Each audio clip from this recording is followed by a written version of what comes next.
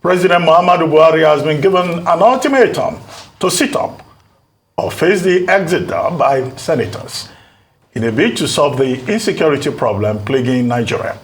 The impeachment move against President Buhari over his failure to address the continued insecurity challenges with kidnapping, massive killing, and wanton destruction of property across the country gained momentum yesterday as People's Democratic Party House of Representatives members have thrown their weight behind the upper chamber.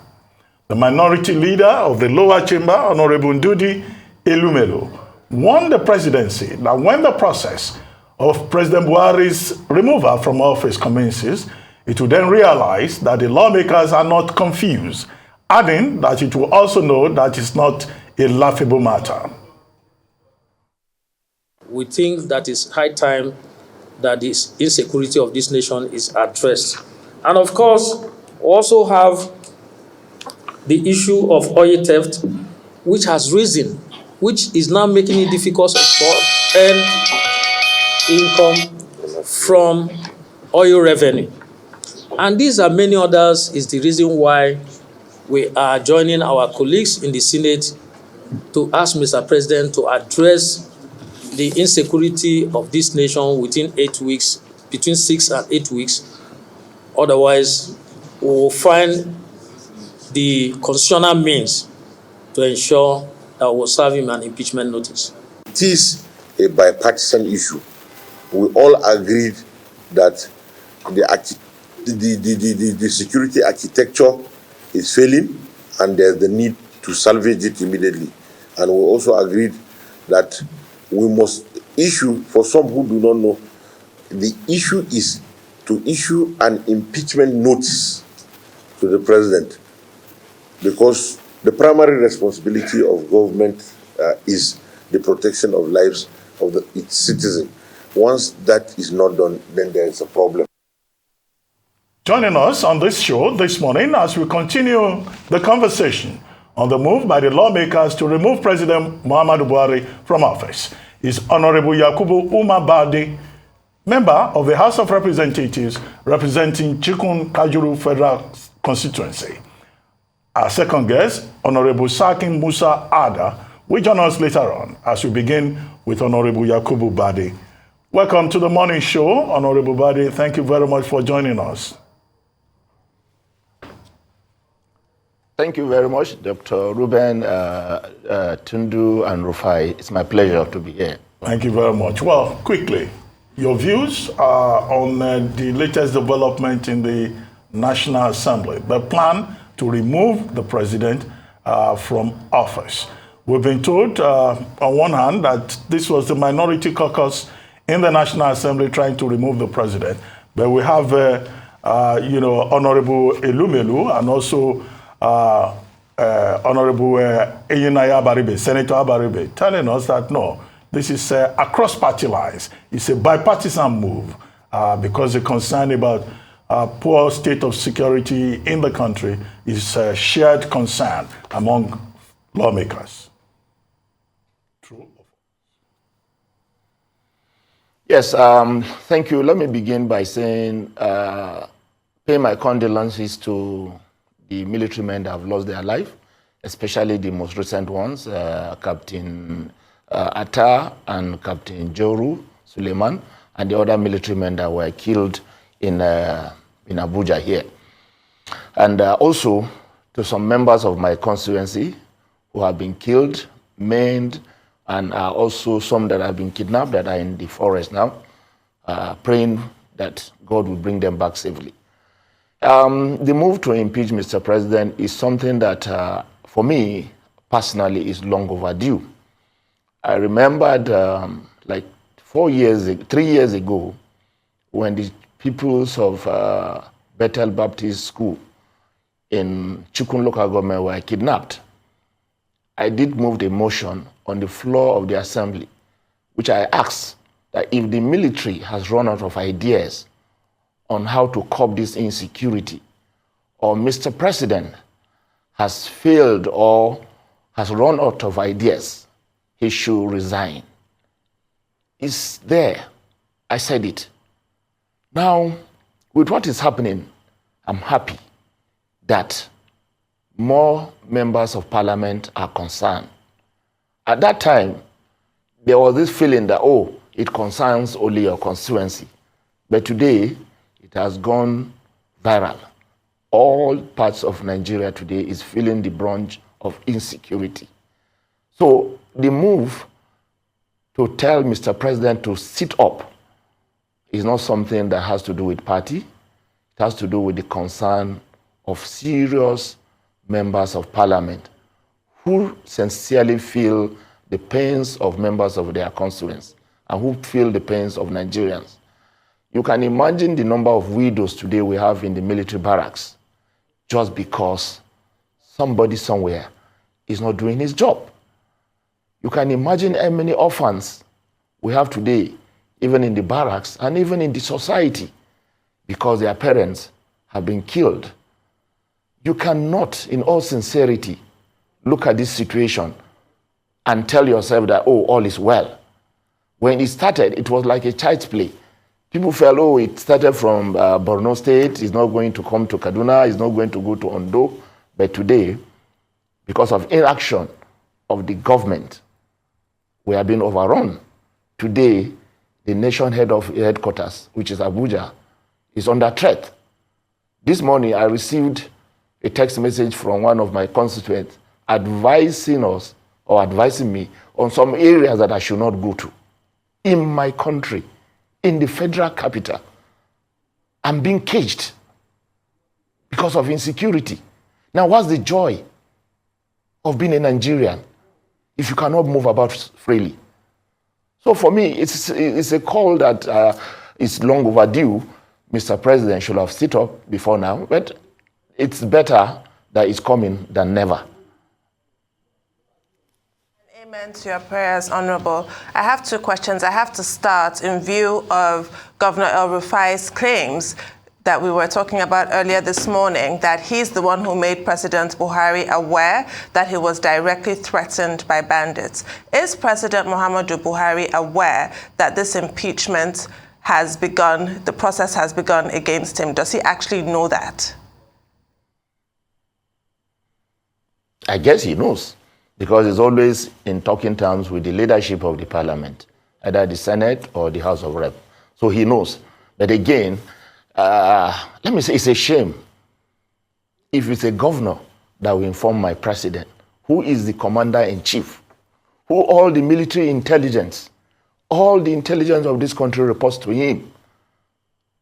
And today, it's very laughable that it's a governor that will tell you that, Mr. President, you're under threat. I think it's for me, it's a sign of failure. I'm very disappointed, because before now, Mr. President receives daily brief from his security chiefs. He receives intelligence from the SSS, from all the security apparatus. So how can it be that my president would not know that he's under threat?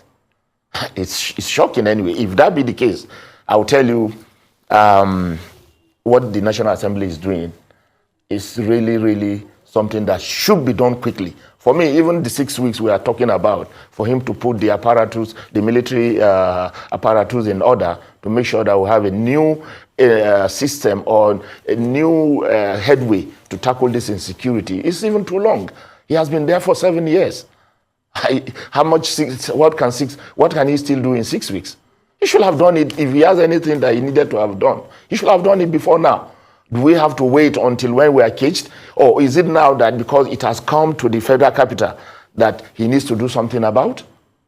How about the children of those people in Borno State? The children of the people in Chikun and Kajuru? Yes. The children of the people in Owo?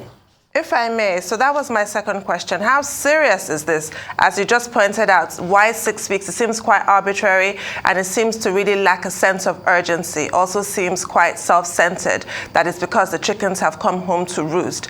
And what are the odds, really? What are the chances of getting the numbers required? The process will be begun by just a 1/3 of share of the representatives, the senators, sorry, but then you, the House of Reps, will need to come in later on, and there needs to be a 2/3 majority in both houses, the Senate and the House of Representatives. What is the likelihood of actually achieving that number? For me, I'm going to sign that motion for his impeachment, and it's born out of concern for the members of my constituency. That is the people of Chikun and Kajuru. They have expressed their displeasure, their disappointment with the government. So if I sign it today, I'm speaking the mind of my people. So, and I believe to a large extent, most of my members are aware that their constituents are under threat. But if any member feels that he is secured and the members of his constituencies are secured, so be it. But as for me and members of my constituency, we are disappointed, and this call for impeachment is something they fully support. And I'm going to follow it up until when, if the majority of the people feel otherwise, no problem. Democracy, I'll always have my say. Of course, they can have their way. But for me, I'm speaking the minds of my people. They've been maimed, they've been displaced. As I speak to you today, Kajuru particularly, this attack is a daily occurrence. We have over 10,000 displaced persons. How do you expect me to go and explain to them that Mr. President is doing his best? Whatever best is put on the table today is not good enough for me. It's not good at all. Because the rate of the killing has not abated. It is even increasing by the day. So how do I explain to my people? Anyway, I leave other members of the parliament with their conscience. But for me, I am speaking from the truth of my conscience that my constituents are disappointed and they are not feeling secured in their homes. Lawmaker, some Nigerians say that you, the lawmakers, are the problem. Because when you look at it, insecurity has been going on for a while in Nigeria. You've done nothing about it. And now that your base in Abuja has been attacked, you are coming up to say you want to impeach the president because of your own personal self-preservation. And a lot of them go further by saying that you have done nothing, as regards bringing strong measures against the government as regards insecurity all this while. Now, what you lawmakers have just been doing is to sit down and earn your big fat salaries that you will not even ever be able to account for, that you can't even tell us how much you're earning, and just go on like nothing happens. And now probably they will bribe some of you to stop this impeachment and you'll stop it. So the people are saying you guys are complicit in the problem. What do you say to all of this? Yes, everybody is entitled to his opinion, but I will speak for myself. And I said earlier, when Tudun asked me a question, I said, 4 years ago, I've asked Mr. President to leave if he has run out of ideas. So if the interpretation of people of what I did at that time is that I'm not doing anything, so be it.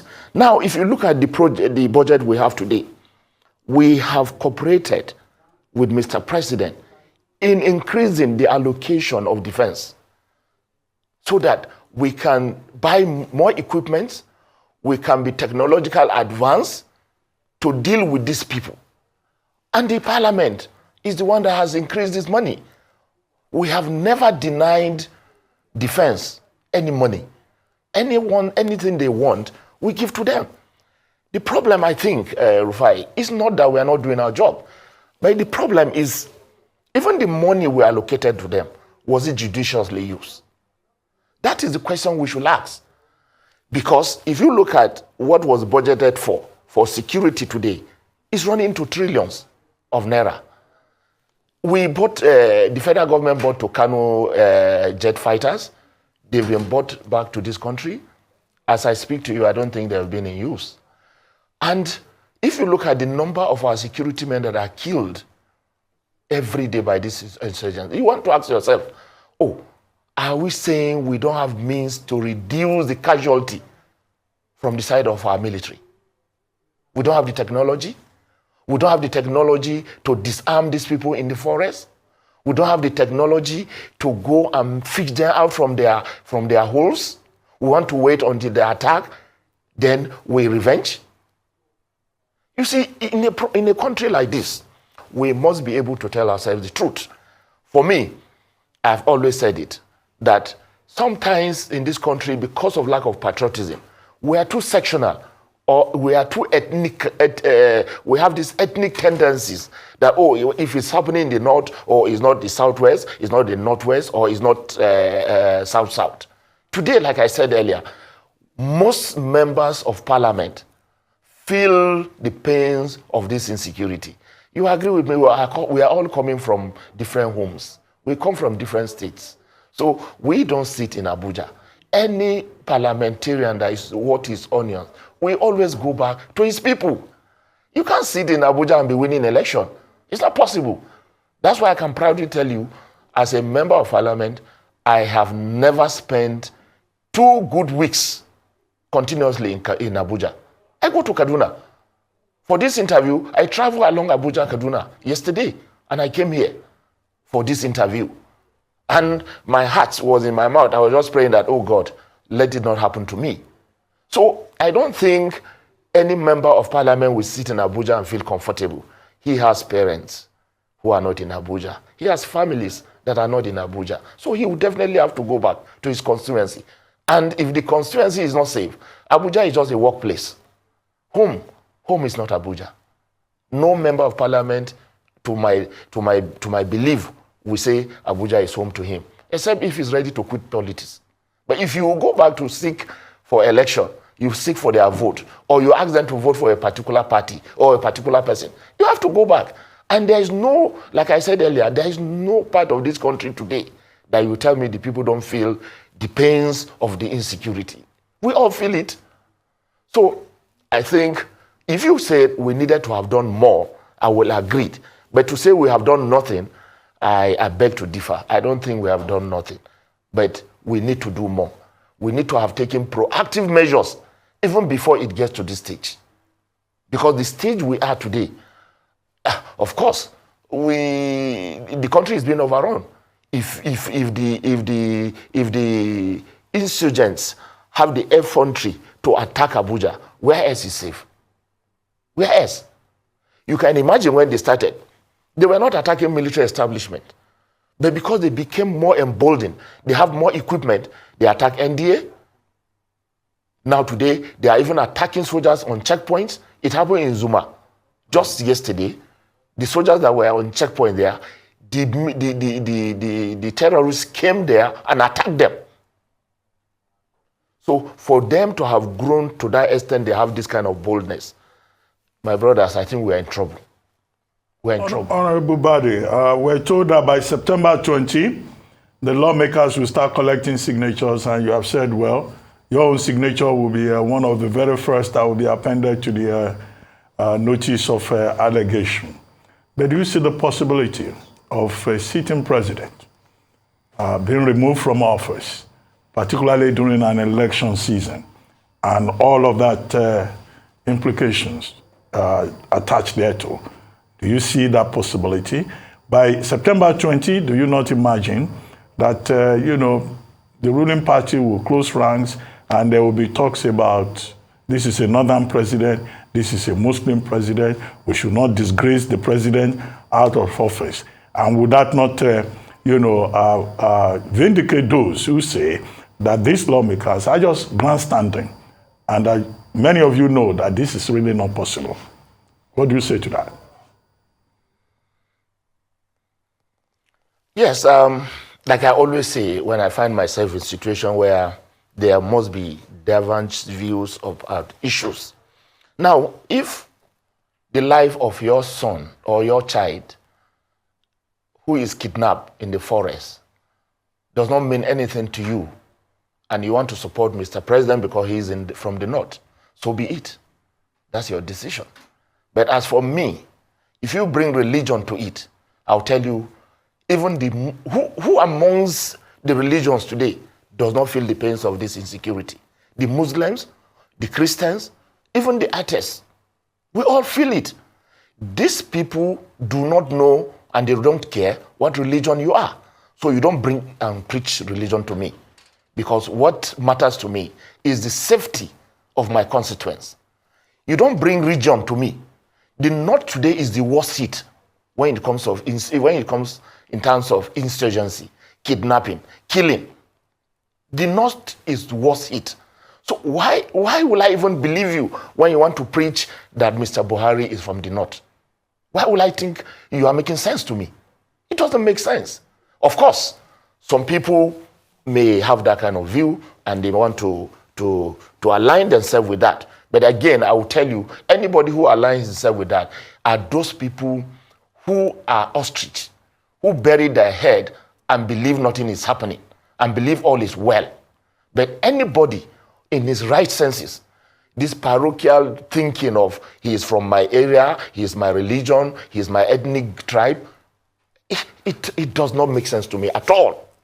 What makes sense to me is the security of lives and property. Now, the timeliness of what we are doing, of course, is better done than never, because it will serve, whether we succeed or not, it will serve as a lesson to whoever is going to be president, that the parliament has the capacity to use the instrument of the constitution to do the needful.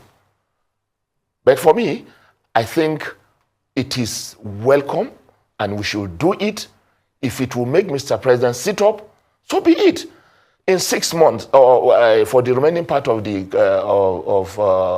regime or the government or the administration, something can still be done. It is a process. We don't believe it's something that, oh, we want Mr. President to perform magic. Oh, by tomorrow everything is over. You can see when this move started. Oh, you hear what the National Security Advisor said? He said the security chiefs has promised Mr. President that they will innovate new strategies for curbing this insecurity. Very good. We wait to see if the new strategy they are talking about is going to work. Because if you look at what is happening today in the country, I keep on saying, why is it that the system do not punish people that are lacking or who have not performed their function? I give an example. Kuje prison was broken into by the terrorists. A lot of the mates were escaped. The question I asked, my conscience is, who was responsible to make sure that that place was secured? Reports, 44 security reports were received. By who? Who was to act? And what happened? Today, how many weeks now? Nobody is punished. Nobody has been called to order. Nobody has been called to question. The same thing before the train attack. The security agencies said they submitted report, the DSS. They submitted intelligence report that attack is imminent. Who did they report to? What did the person do? Did he take action? And if the person did not take action, what business has that person doing in the offices of occupying, being paid by the tax money of this country? I mean, it's so disappointing when you see all these things. You will now imagine it. If you go to DSS today, they will tell you that they had this report. Okay, look at the one that happened in the law school. There were reports that these people were coming, but nothing was done until when the school now asked that they have received a letter of threat. Now they mobilize security to the place. Now, if you mobilize security to a place, I'm a layman, I'm not a security man. I will not just jump into the forest. I will have done what I think they call reconnaissance. Go take an intelligent walk, intelligent evidence of who they are, how many they are, where they are, and what you will do before you go and attack. If they didn't do that, they just went there and those people lay ambush on them, it's a military blunder. It's a military blunder. Because once I know that I have a particular enemy in an area, I'm not just going to go there. I will first have to do what I call intelligence gathering, to know their number, to know how sophisticated they are, before I go and attack. So who is deceiving who? Who is not doing his job? It's painful, Dr. Ruben. It's painful. I don't like to get emotional just to because be clear, I know what I'm going through. I know the number of people that have died in my constituency. If I could... It's so alarming.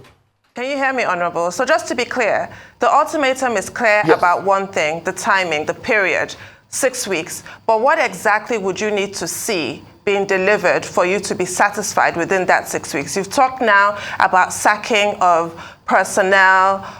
Would you need to see the recapture of all the escaped Kuje prisoners, for example, the release of all the people abducted on the Kaduna-Abuja train? What exactly would you need to see to be satisfied that the impeachment need not go any further?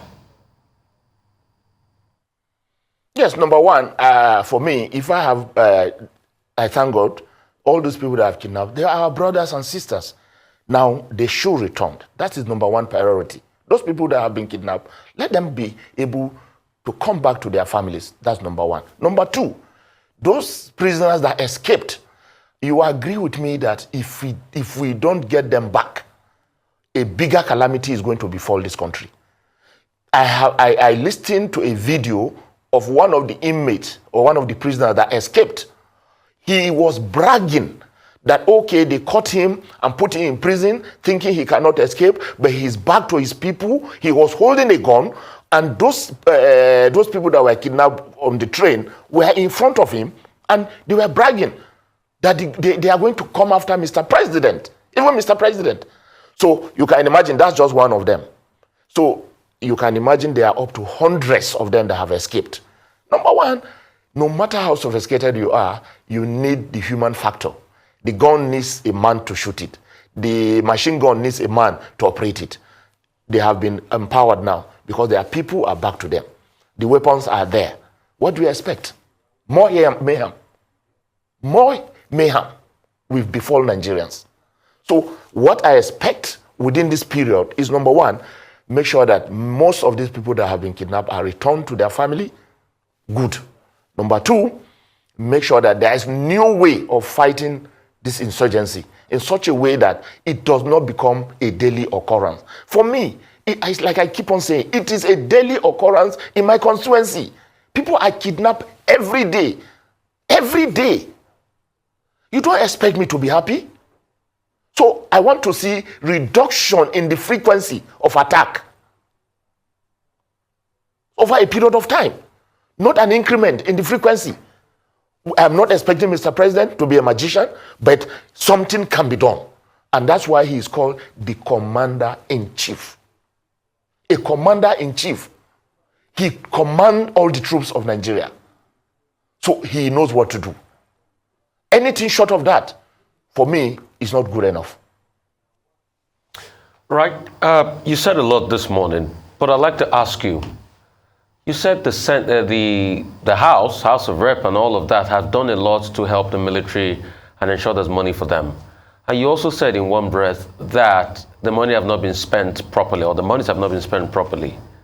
What did the House do?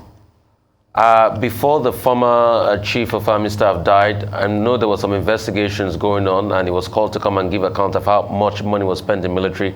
How did that go? Secondly, you keep on talking about Kajuru. What's the take of your constituents as regards this Muslim ticket? I know Kajuru is predominantly Christian, and they have, really suffered in the hands of terrorists. So those two questions. Yes, I don't have the report of the investigation that was done, but I do remember that we called for the sacking of the military chiefs when these things were going on. I was one of the strong voice who felt that the security chiefs have run out of ideas. It's time to let them go. And what did Mr. President do? He allowed them stay beyond their even retirement period. He renewed their stay. For me, there's a conflict of interest here. I keep on asking, was Mr. President satisfied with their performance? If he was, as far as I am concerned, as a parliamentarian, I was not satisfied. And at the end of the day, all of them were rewarded with ambassadorial positions. You see, it's I don't even know how to put it. But I think for me, it's a disappointment that somebody who was a military chief supervising the security apparatus of this country. And during that period, a lot happened. They didn't resign on their own. Rather, their tenure was extended. They were rewarded with ambassadorial positions. Anyway, Nigerians are judging. They are seeing if it is okay. But as far as I'm concerned, it is a shame. It's a shame. In some clients, one policeman that is killed, one, you see the security, the commissioner of police will resign because he feels he has not done his job. I don't know. It never happens in Nigeria. Is it because we don't have conscience? Or is it because we feel we cannot be replaced by other good people that can do the job? I've made this call on the floor of the House. Now, here we are today. The security chiefs were changed. Anyway, it's just a year now. Let's watch and see what they have to bring to the table. That as it may, we come to politics now as for the APC Muslim ticket. I have discussed with people in different fora. I said, look, the issue is not religion. The issue is about inclusiveness and fairness. If Tinubu has chosen a Muslim from Southeast, you think the North, the entire North will not cry? Nobody will look at it as, oh, it's a Muslim ticket. So you see, region comes to play. So, for me, what APC had done is a strategy for winning election. But when you talk about inclusiveness, sensitivity of other religion, they have ignored that on the platter of winning election. So if you talk about Muslim ticket, what I usually tell people, look, the issue here is we have our fault lines. Our fault lines has to do with religion, ethnicity, and even region. If we were matured politically, the issue of religion shouldn't have arisen. The issue of region, the issue of tribe shouldn't have arisen. But because it portrays our underdevelopment politically, and that's why you see all these issues continue to surface. Somebody, Mr. President, whether Muslim or Christian, is not going to play the agenda of a Christian or a Muslim. He is supposed to be the president of the Federal Republic of Nigeria. And everybody is his subject, regardless of tribe or religion. So all this cry about Muslim ticket shows the level of our development politically. It means that we're still immature politically. And it shows that our fault lines are very obvious. You cannot deny these fault lines in Nigeria today. I have places in my constituency that they are predominantly Muslims. And if I go to them today, they will tell you, they are okay. Because, it's a Muslim ticket, so they are satisfied. There are people that will tell me, no, Tinubu is a Yoruba man. We are not going to vote for Yoruba man. We'd rather go with Atiku. You see, another fault line. Because now they are not talking of party, they are talking of tribe. Some people will talk about religion. These are our fault lines. And the moment we want this country to move, to let everybody have a sense of belonging, these fault lines must be minimized in such a way that they do not become too obvious. So the issue of Muslim ticket is insensitivity to the Christian religion. But for me, the catch is not there. The catch is that whether we like it or not, we must reduce the problems of these fault lines that exist in every country. So has APC captured it? Inclusiveness? I would say no, they haven't. So for me, the people of my constituency, this is what they feel. And the truth be told, there are members of my constituency that are APC, and they will tell you that, oh no, we are not going to vote for a Yoruba man. Look at that's another way to look at these situations. And I'll tell you, in the North, some people, especially politicians, would explore these fault lines to suit them. And like I would say, with all honesty, the problems we have about religion today, about tribe, is the fault of politicians like me. Because when it suits us, we go to some places and said, vote Muslim. You can imagine that a governor of a state will go to Osun and said, oh, vote for your brother, Muslim. Is that the issue that should be brought to fore? Or vote for so person because he is capable, he can do this, he can do this, he can do this. It's not about religion. But a governor of a state will go and preach religion. What do you think? We are still far from calling ourselves a country. Okay, Honorable Barde, I get your point. You said that the APC has adopted a Muslim ticket just to win election because it will give the party an advantage. Are you saying invariably that a Muslim ticket will be is an advantage over your party, the PDP, with a Muslim Christian ticket? And then do you think that the way to solve this problem is to begin to enforce the law?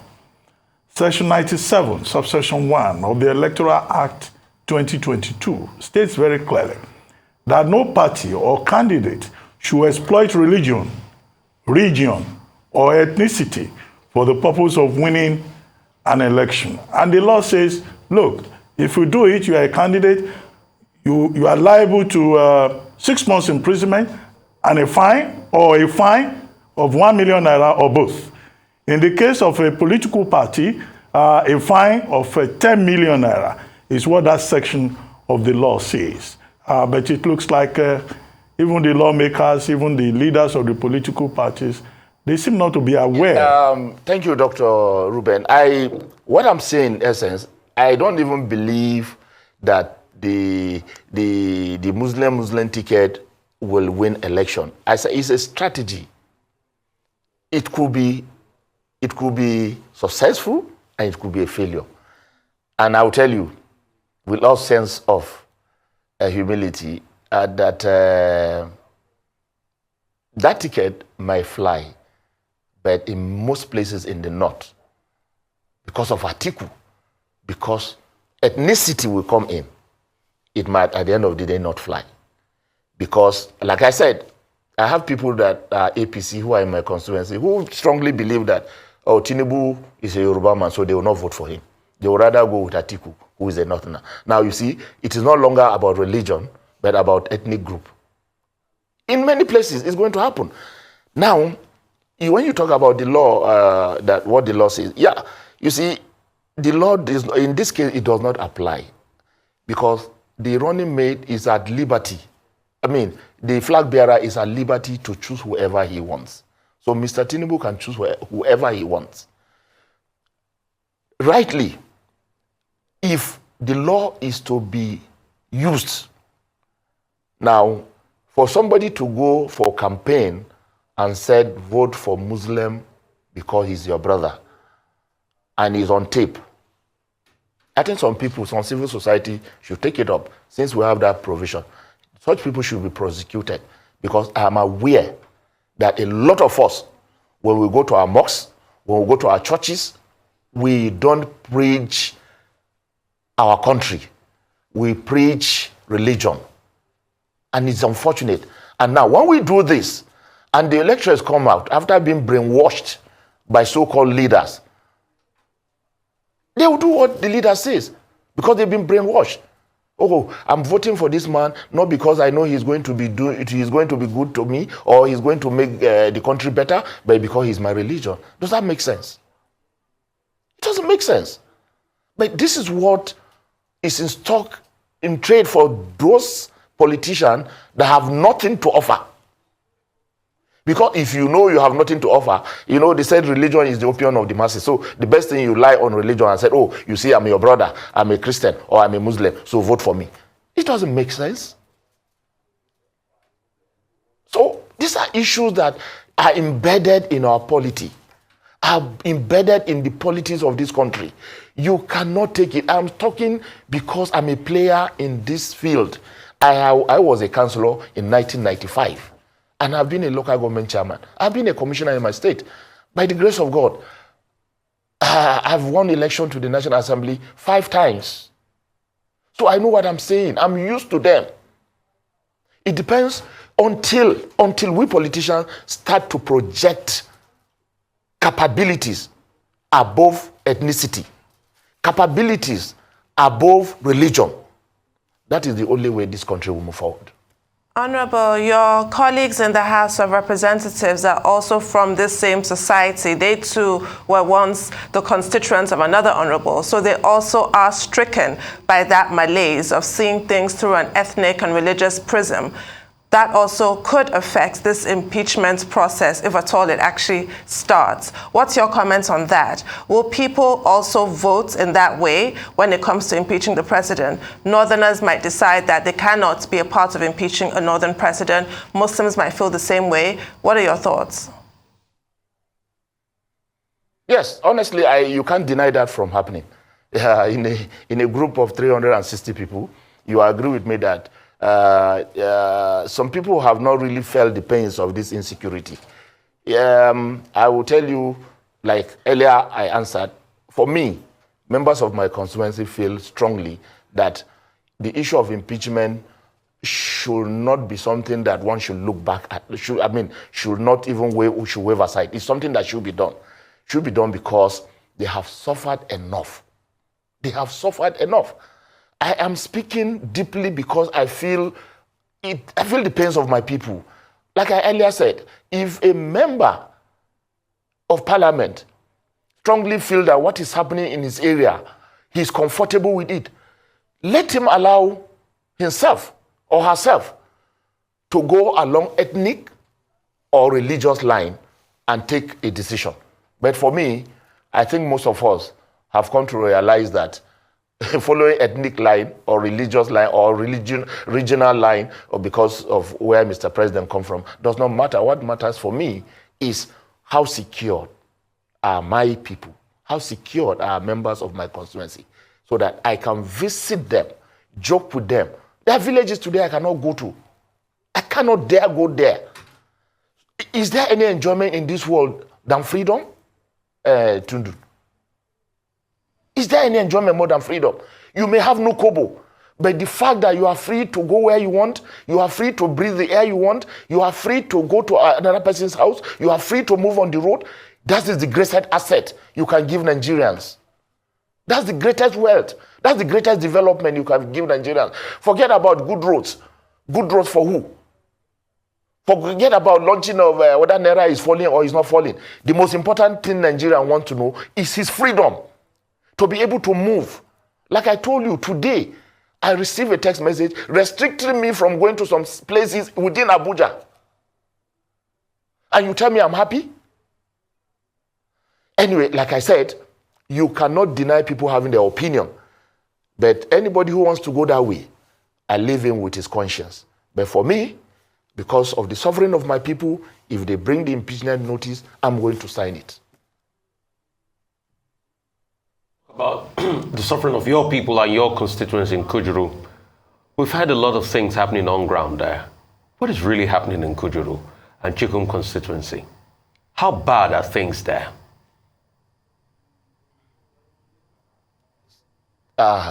Thank you. Let me begin this way. The Reverend Father that was killed, he was killed in Kujama.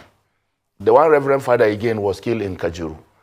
They went to a church just few days ago. They kidnapped people from the church. They killed the father. Look, like I said, it's a situation where, as far as we are concerned, we don't feel any effort of the government. That's just the truth. The effort, if at all there is any, is not yielding fruit in my area. It's not yielding any fruit. Because, like I said, it is a daily occurrence. Every day people are killed. Every day people are kidnapped. Our governor, Rufai, he expressed his frustration about this. And it's not a child's play. My area, if you go to Kaduna today, apart from Beningwari local government, my area, Kajuru and Chikun, is the worst hit. Then you go to Igabi, then Giwa. And one day I was talking to some people. I said, you see, people like to have this sense of belonging. In Giwa alone, there was a time over 60 people were killed. 60. Mr. Vice President came to Kaduna to condole with us, to tell us, oh, sorry, but he never visited Giwa. Is that good enough? We want to see our leaders on the field with us, sympathizing with us. When the children of Bethel Baptist were kidnapped, I went there. I gave them my only 2 contributions because some of them need food. They needed some things to because you can imagine somebody whose livelihood, he has been driven out of job, his children are taken into the forest. You can imagine the frustration. So what I'm saying in essence, the security situation in my constituency is not present. As far as I'm concerned, we don't feel the presence. That's all. We are not feeling it. If it's making any headway, we are not feeling it. If Mr. President is doing his best is not felt by my people. So we don't have any best from Mr. President. We are on our own. That's just the truth. Well, thank you very much, Honorable Yakubu Barde. Thank you very much for joining us on the morning show.